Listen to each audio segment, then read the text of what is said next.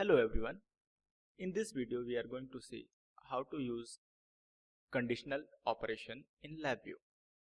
So conditions can be of different type like first condition, second condition, third condition. It's like a case in other languages, or it could be like if else.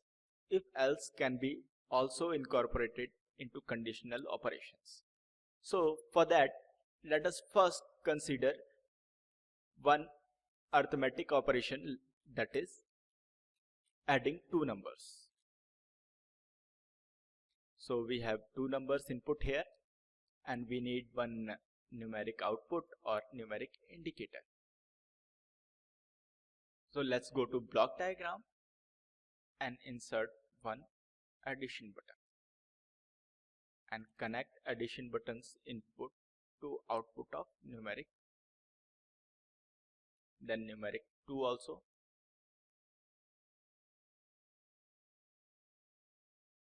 and connect them to output. So let us give some value like 6 and 5 here.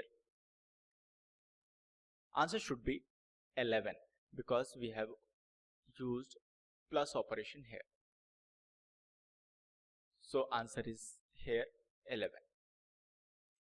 If we need the continuous running operation, then we need while loop.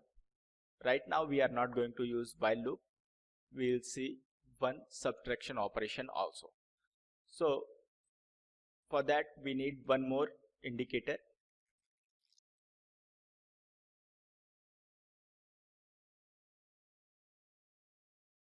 And one numeric operation, that is subtract. Now we have connected numeric 1 and numeric 2.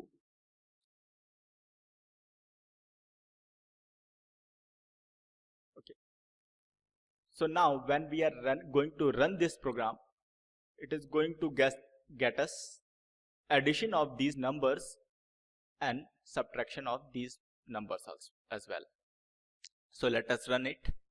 So addition is 11 and subtraction is 1. Now what if we can put one case where only one operation is going to happen and we don't have to change the whole program? So for that we can use case structure. So the case structure could be like, if some condition is true, it is going to perform addition, or that condition is false, the program is going to perform subtraction.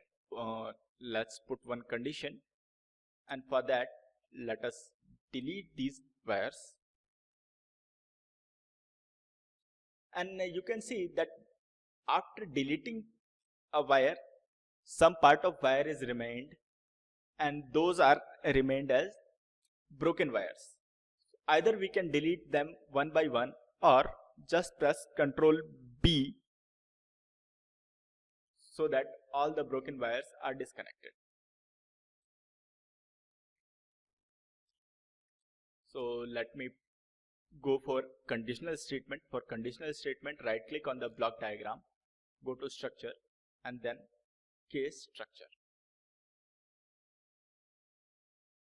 Okay. Now you can see that there are 3 squares automatically created around this box, and these are known as tunnels. Okay. So these are known as totally tunnels, and the data from here to inside is going to pass through tunnel, and this question mark is nothing but our case. So right now it's true and false only. So for true or false we can use one boolean input or boolean push button, and we can connect this to the case. Now when the case selector is connected, we can run the program, but program is unable to run. The arrow is broken because the false condition, true condition is already connected, but the false condition is not connected, and it is not going to allow us till all the conditions are predefined. So let us check what LabVIEW says about this error. Tunnel missing assignment to tunnel, because this assignment in false there is no assignment to the tunnel, and then subtract contains unwired or bad terminals. This object or this block contains unwired terminals. So let us put it inside and connect these for false statement.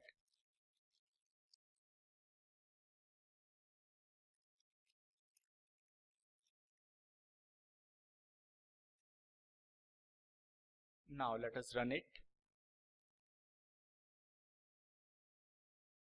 Now we can see that run arrow is repaired and we can run the program.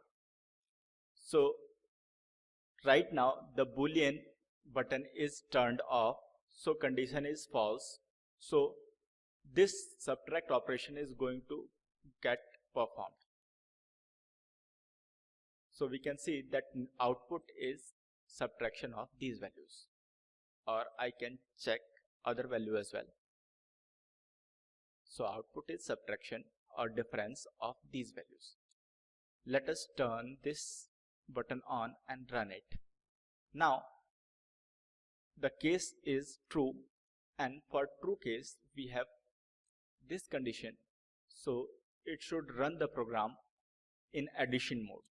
Let us check that is happening or not. So the boolean case is true, and let us run it.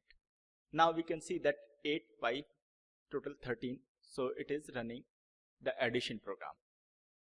Now in this case we have taken just two cases, like if something happens or if the boolean is true, the output is going to be addition, and if the case is false, the output is going to be subtraction. But what if we want to use more than two cases? For that we can use numeric input as case selector input.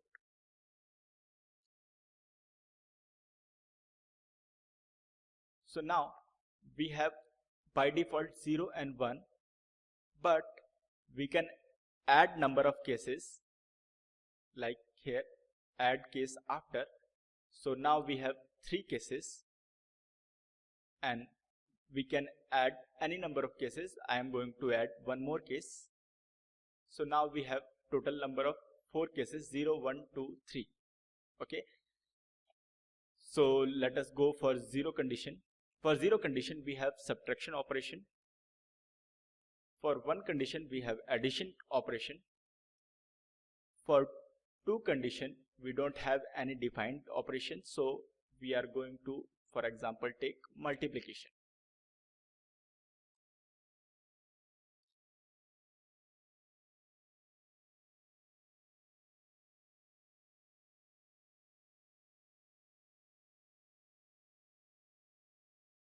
And for third condition, again we don't have any inputs, so we are going to use divide.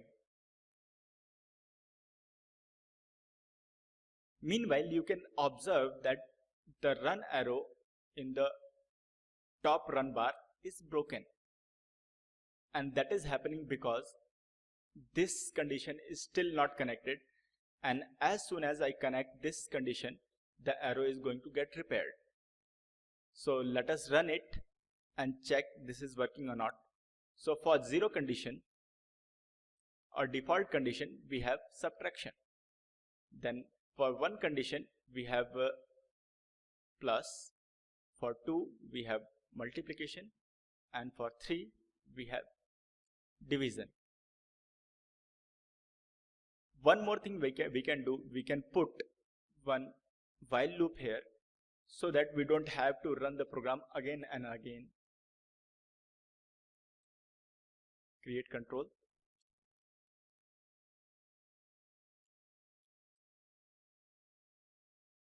Now let us run the program. So right now the condition is 0 and we have subtraction of these values. Let us check condition number 1. For condition number 1, this is going to add these values. So 8 plus 5 addition is 13. That we can see here also. For first condition we have some addition. Then let us go for second condition, and for that it has multiplied these values to 40. And let us check third condition, and it has divided these values and the division output is 1.6.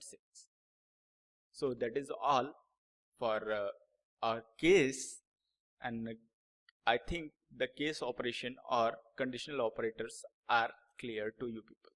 Thank you very much.